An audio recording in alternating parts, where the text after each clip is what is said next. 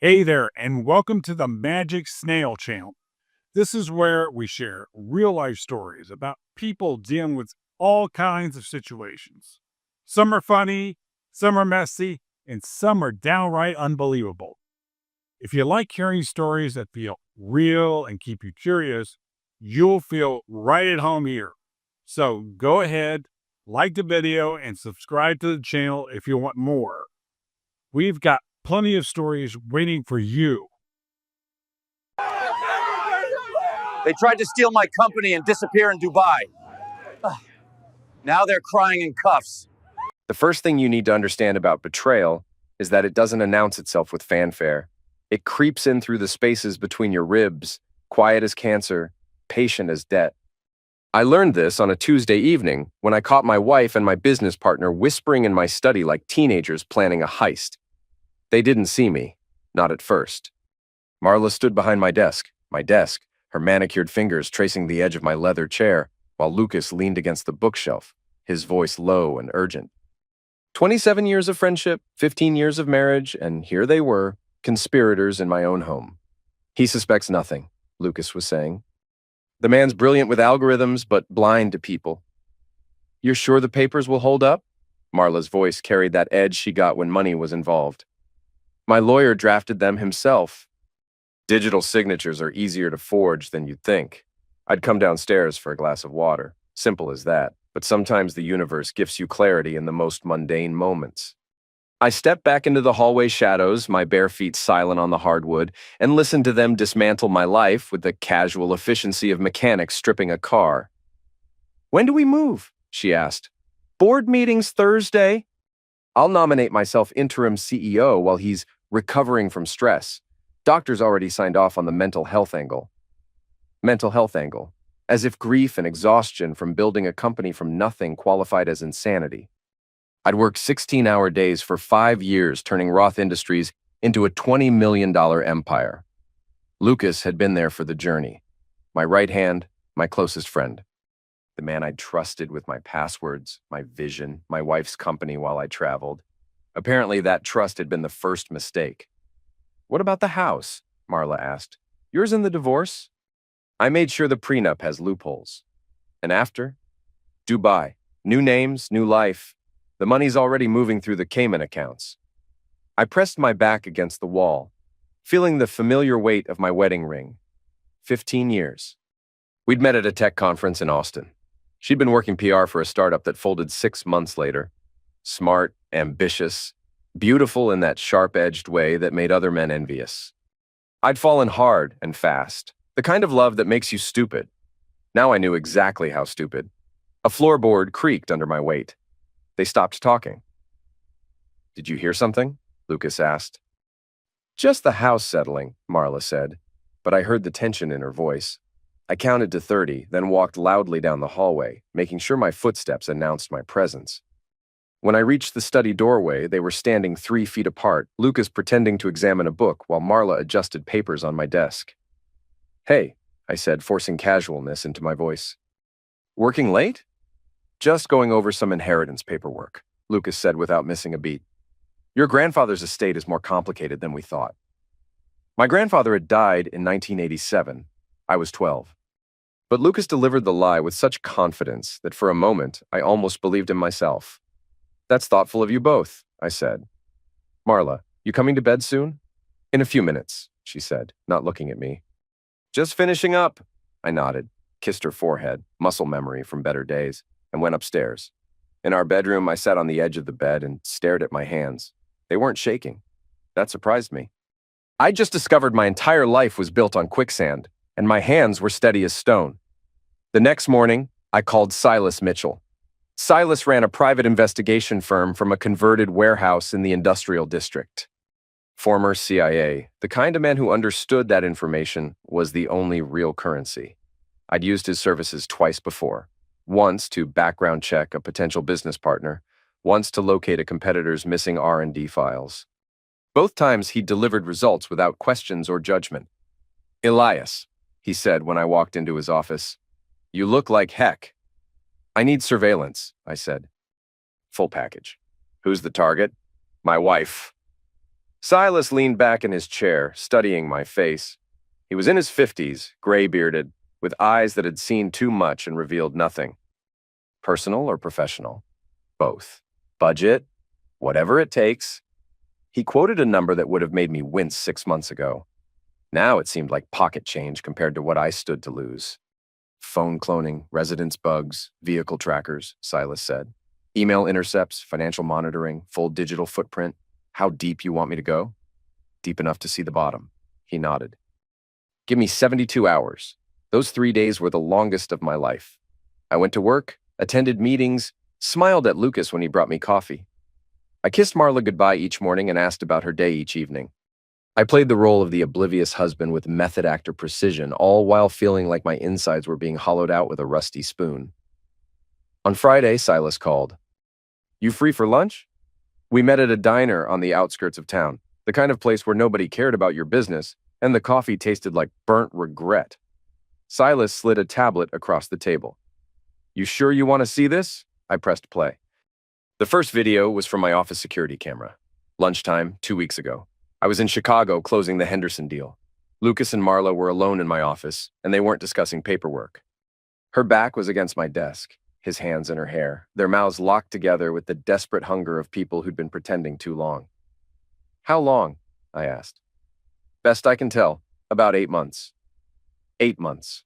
Our anniversary dinner. The vacation to Martha's Vineyard. The night she'd cried watching a romantic movie, and I'd held her thinking she was happy. All of it contaminated, every memory retroactively poisoned. There's more, Silas said. The second video was from 3 days ago. Lucas in his car, phone pressed to his ear.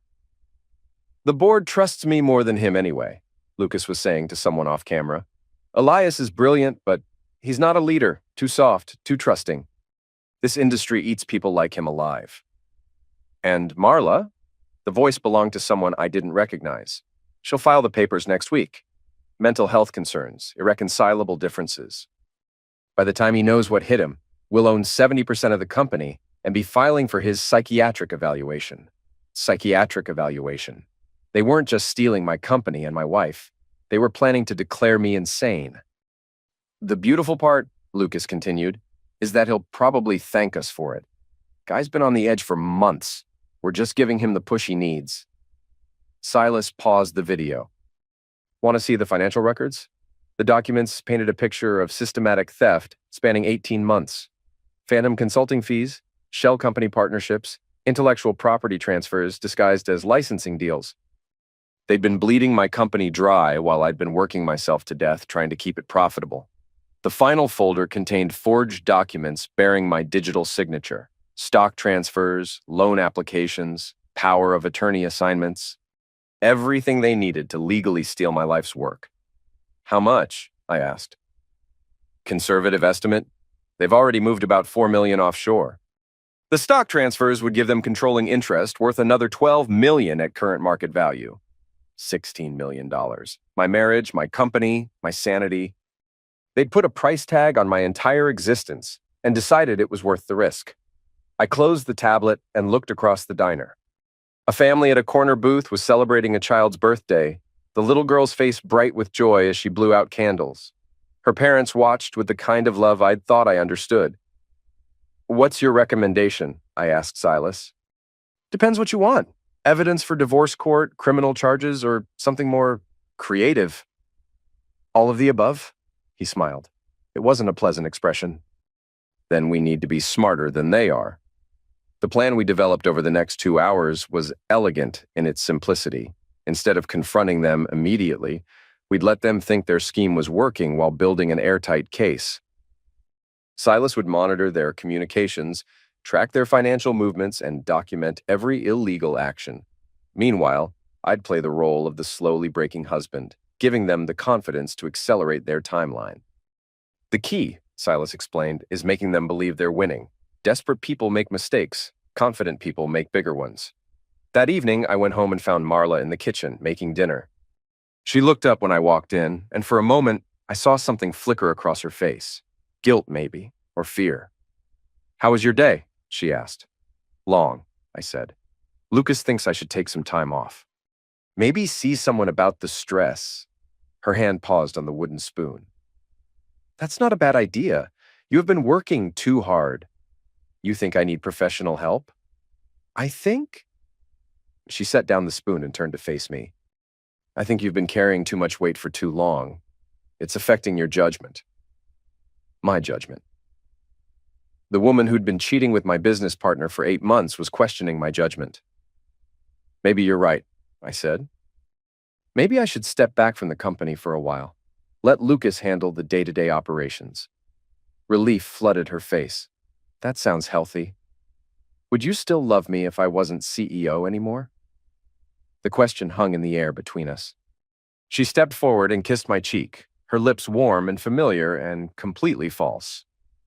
I'd love you if you were unemployed and living in a cardboard box, she said. Later that night, as she slept beside me, I stared at the ceiling and wondered if there was a word for the feeling of watching someone destroy you while pretending to love you.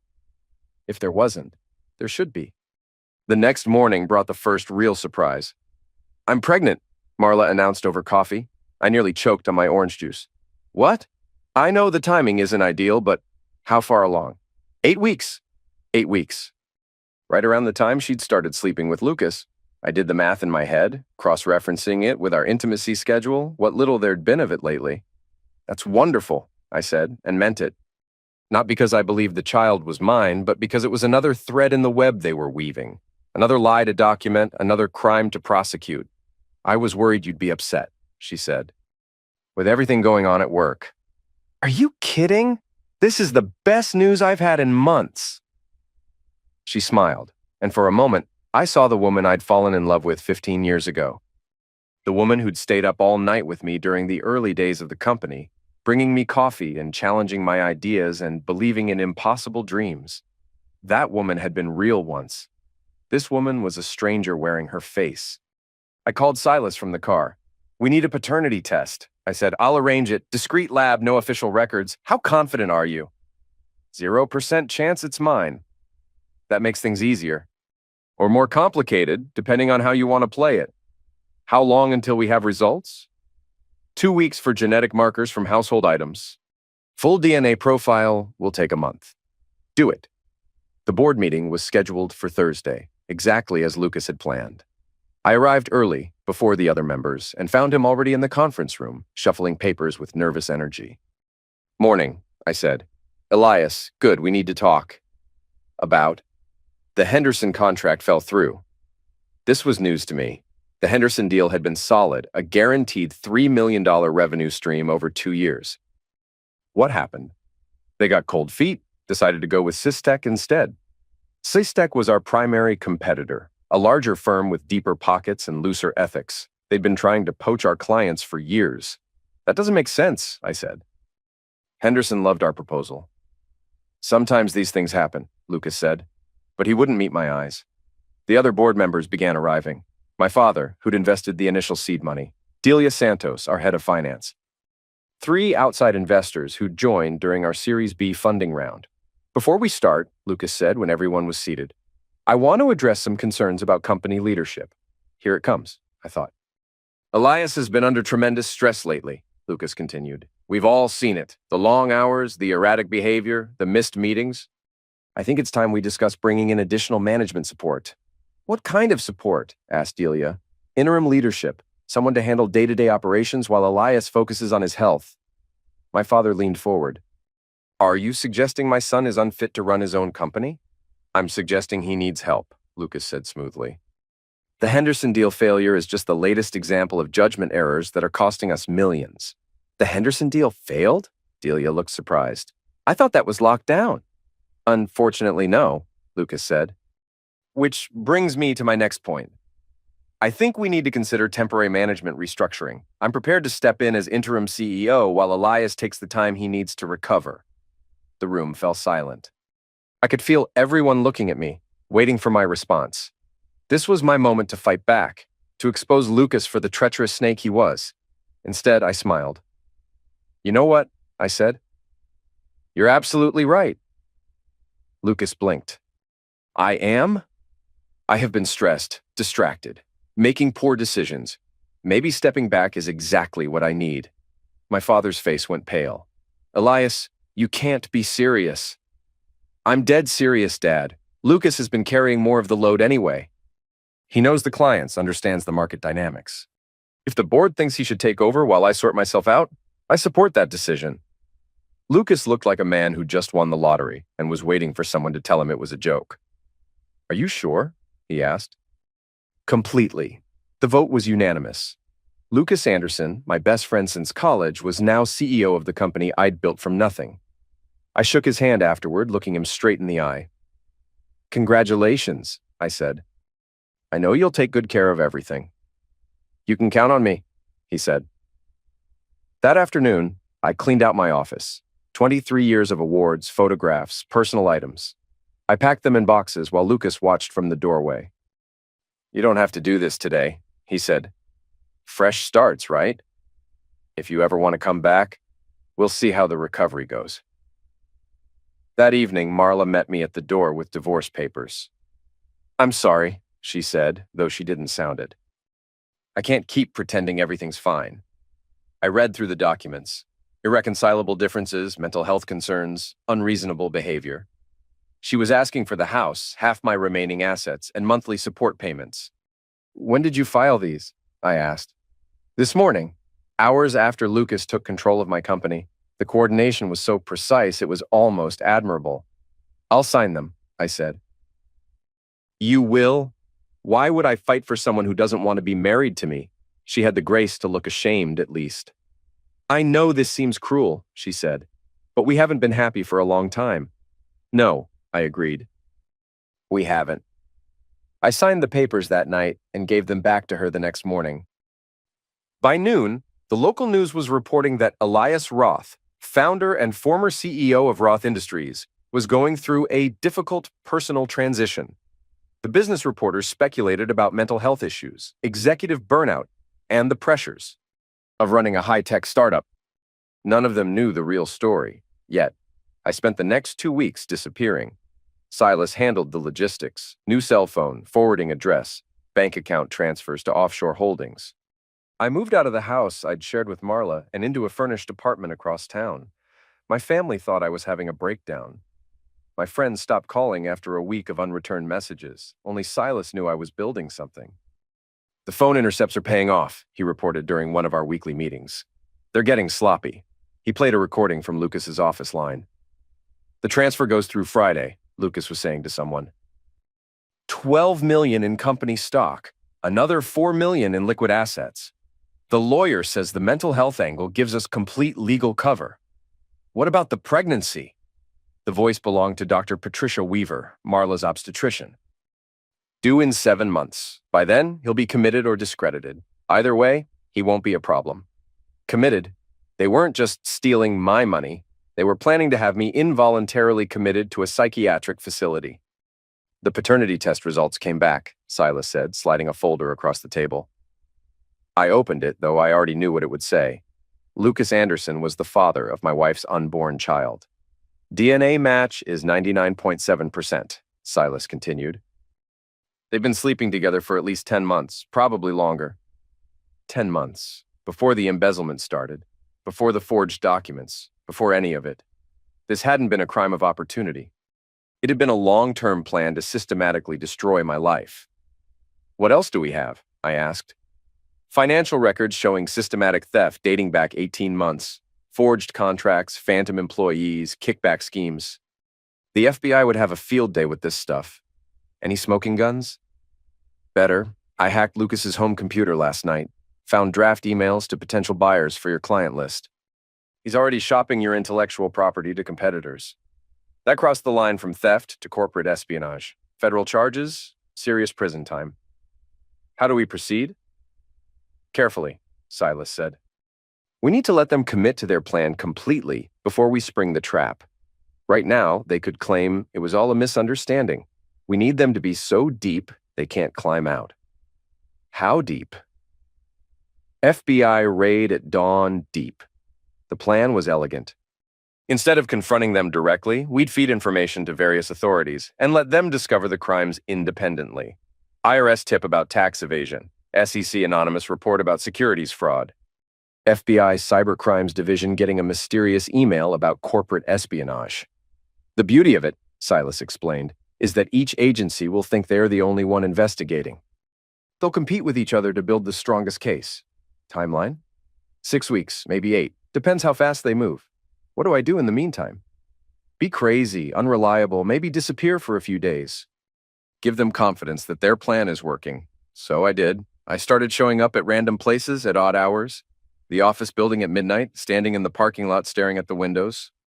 Marla's favorite restaurant, sitting alone at the bar. Lucas's neighborhood, walking past his house like a man who'd lost his way. Word got around. Elias Roth was having a complete breakdown. His ex-wife and former business partner were worried about him. Someone should do something before he hurt himself or others. The rumors grew more elaborate with each telling. I was stalking Marla, threatening Lucas, making paranoid accusations about conspiracies and betrayal. The mental health narrative was writing itself. 3 weeks into my campaign of perceived madness, I got the call I'd been waiting for. They filed a restraining order, Silas reported. Both of them. Claims you've been harassing them, making threats, exhibiting dangerous behavior. Perfect. There's more. Lucas petitioned the court to have you declared mentally incompetent. He wants to be appointed guardian of your remaining assets for your own protection. Guardian of my assets. It was brilliant, actually. They'd paint me as a dangerous lunatic, strip me of legal control over my money. Then Lucas would manage my affairs while systematically transferring everything to accounts he controlled. When's the hearing? 2 weeks. That's cutting it close. I know, but the federal agencies are finally talking to each other. Someone high up noticed the pattern of anonymous tips, all pointing to the same company. They're forming a joint task force. FBI, IRS, SEC, maybe others. When they moved, it would be overwhelming and comprehensive. How much longer? Days, not weeks. I spent those final days in a mountain cabin 2 hours outside the city. Silas had rented it under a false name, a place for me to wait while the machinery of justice ground into motion. I read books, cooked simple meals, and thought about the man I'd been before all this started. That man had believed in trust, loyalty, the fundamental goodness of people he loved. That man had been naive in ways that almost got him destroyed. This man was different, harder, more careful. The kind of man who could watch his enemies walk into a trap without feeling anything except satisfaction. The call came on a Thursday morning. It's happening, Silas said. FBI raid on Roth Industries starts in 2 hours. IRS is hitting Lucas's house simultaneously. SEC has frozen all corporate accounts pending investigation. Marla? Picked up at the airport. Had a first-class ticket to Dubai and a suitcase full of cash. I stood on the cabin's back deck, watching the sunrise paint the mountains gold and red. Somewhere in the valley below, my old life was finally ending. What happens now? I asked. Now you come back from the dead. The drive back to the city took 3 hours. I turned on the radio halfway there and caught the breaking news report. Federal agents raided the headquarters of Roth Industries this morning, arresting interim CEO Lucas Anderson on charges of embezzlement, securities fraud, and corporate espionage. In a related development, Marla Roth, ex-wife of company founder Elias Roth, was detained at the airport on suspicion of money laundering and conspiracy. I turned off the radio. Some things were better experienced in person. The scene outside Roth Industries was chaos. News trucks, police cars, federal agents carrying boxes of evidence. I parked across the street and watched through my sunglasses as they dismantled the company I'd built. Lucas emerged in handcuffs around noon, flanked by FBI agents. His face was pale, his expensive suit wrinkled, his perfect hair disheveled. He looked like a man who'd just watched his world collapse in real time. Our eyes met across the street. I could see the moment he realized I'd orchestrated everything. The confusion, the rage, the dawning understanding that he'd been outplayed by the man he thought was too soft, too trusting, too naive to fight back. I smiled and gave him a little wave. The mental health hearing was canceled, of course. Hard to argue someone is incompetent when they've just exposed a multi-million-dollar criminal conspiracy. The restraining orders were dropped. The divorce proceedings were suspended pending criminal investigation. My lawyer, a different lawyer, one who hadn't been sleeping with my wife, called that afternoon. They want to make a deal, he said. What kind of deal? Marla's willing to testify against Lucas in exchange for reduced charges. conspiracy instead of racketeering, financial fraud instead of money laundering. She'd do maybe 3 years instead of 15. And Lucas, he's looking at 20 to life without cooperation. His lawyer says he wants to talk. What could he possibly have to say? Claims the whole thing was Marla's idea. Says she seduced him, manipulated him into the scheme, threatened to destroy him if he didn't go along with it. I almost laughed. Even in custody, facing decades in prison, Lucas was still trying to play angles, shift blame, find someone else to take responsibility for his choices. What do you recommend? I asked. Let them destroy each other. The prosecutors have enough evidence to convict both of them without deals. This way, they'll spend their remaining freedom fighting over who's more guilty instead of plotting appeals. Do it. The trials were set for spring. Lucas hired the most expensive criminal defense attorney in the state. Marla went with a public defender and a pregnancy sympathy strategy. The media covered every hearing like it was the trial of the century. I testified for the prosecution, of course. 3 days on the witness stand, walking the jury through the timeline of discovery, the evidence, the systematic theft of my life's work. The defense attorneys took turns trying to paint me as a vindictive ex-husband, a paranoid boss, a man whose mental health issues had driven his wife and partner to desperate measures. It might have worked with a different jury. But the evidence was overwhelming, and I'd learned to tell the truth with surgical precision.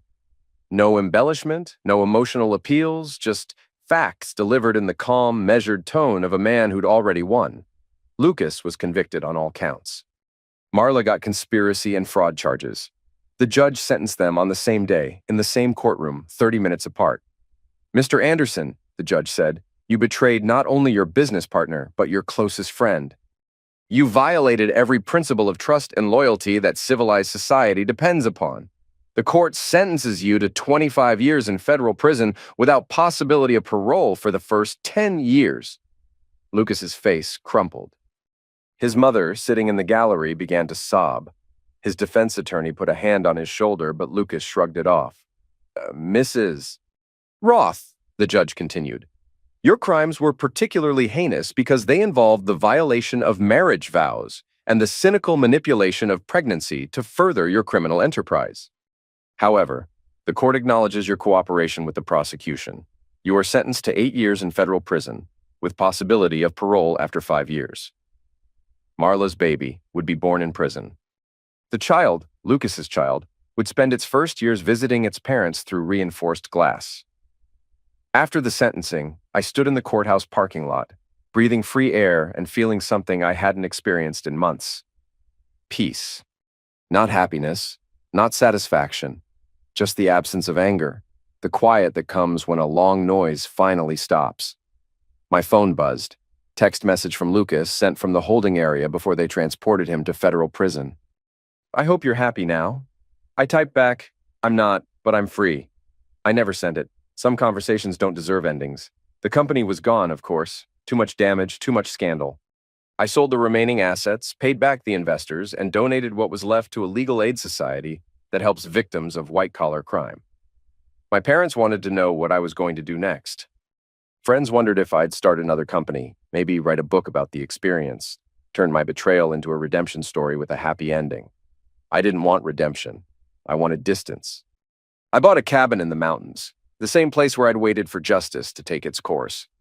50 acres of pine trees and silence, far enough from civilization that I could go days without seeing another human being. Some might call it exile. I called it graduation. Marla wrote me letters from prison. Long, rambling apologies mixed with justifications and pleas for forgiveness. She claimed she'd loved me once, that the affair with Lucas had started as revenge for my emotional neglect, but had grown into something bigger than she could control. I read the first few letters, then stopped. There's no apology big enough to span the distance between betrayal and forgiveness. Some bridges, once burned, stay burned. Lucas wrote too, but his letters were different. Angry, bitter, full of accusations and blame. I was the real villain in his narrative, the vindictive sociopath who destroyed 2 lives over a simple affair and some questionable business decisions. He painted himself as the victim of my calculated revenge, as if theft and betrayal were minor infractions that I'd blown out of proportion. I burned those letters without reading them completely. The cabin came with a stone fireplace, and I learned to appreciate the meditative quality of fire. how it consumed everything you fed it, reduced complex things to simple ash, turned the past into heat and light and smoke that disappeared into the sky. I built a small garden behind the house, tomatoes, peppers, herbs, things that grew slowly and required patience. I'd forgotten the satisfaction of working with my hands, of creating something real instead of virtual. Visitors were rare. Silas stopped by occasionally to update me on various legal proceedings, appeals, civil suits, asset recoveries. My parents came for Christmas the first year, then stopped when they realized I wasn't planning to return to the world I'd left behind. "You can't hide up here forever," my father said during that last visit. "I'm not hiding," I told him. "I'm choosing." Choosing what? Silence over noise, truth over lies, simple over complicated. He didn't understand, and I didn't expect him to. Some lessons can only be learned through betrayal, and I wouldn't wish that education on anyone I loved. Years passed. The scandal faded from public memory. New companies rose and fell. Other people's marriages imploded. The world moved on, as it always does, leaving behind only the people who couldn't. I heard through various sources that Lucas had found religion in prison, claimed to be a changed man. He taught computer classes to other inmates and wrote long letters to Christian forgiveness magazines about redemption and second chances. Marla got out after 5 years as predicted.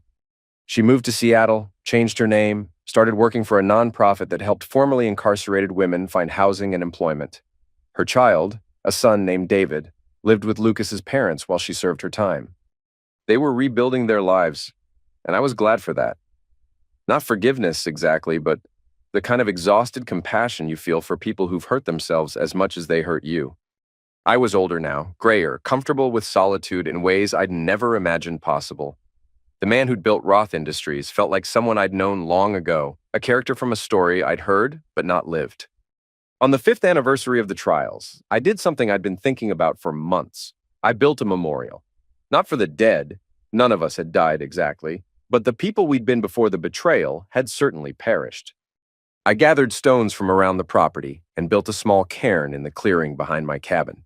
Nothing elaborate, just a pile of rocks that would weather and endure and eventually return to the earth. I carved 3 names into a flat piece of granite and placed it on top: Elias Roth, Marla Roth, Lucas Anderson. The people we'd been before, greed and lust and revenge, had consumed everything else. Then I crossed out all 3 names with a deeper cut. Some deaths don't get funerals. Some endings don't get ceremonies. Sometimes you just have to build your own monument to the person you used to be and walk away. I stood there for a long time as the sun set behind the mountains, thinking about trust and betrayal, love and vengeance, the weight of choices and the price of learning who people really are beneath their masks. The wind picked up, carrying the scent of pine and wood smoke from my cabin's chimney. Somewhere in the distance, an owl called to its mate, and the mate called back. Simple communication, honest and direct. I'd learned to appreciate honesty, even when it was brutal, especially when it was brutal. The memorial would stand until weather wore it down or animals knocked it over. Then it would return to being just rocks and earth, the way all monuments eventually do. But tonight, it was a marker for the place where 3 lives had ended and 1 had begun again.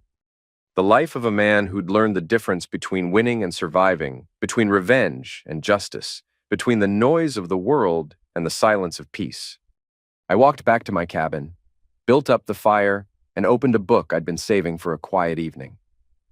Outside, the mountains kept their ancient vigil, patient and enduring and utterly indifferent to human dreams of betrayal and revenge. In the morning, I'd wake up alone, make coffee, tend my garden, and continue the work of building a life worth living. Not the life I'd planned, but the life I'd earned through loss and learning and the hard wisdom that comes from watching everything you thought you knew burn down around you. Some people get second chances, others get clarity. I'd learned to prefer clarity. The fire settled in the grate, casting dancing shadows on the cabin walls. I read until my eyes grew heavy, then banked the coals and went to bed. Tomorrow would bring its own challenges and simple pleasures. I slept well. I always did now. There is no peace in revenge, only silence, and I'd earned every quiet moment of it.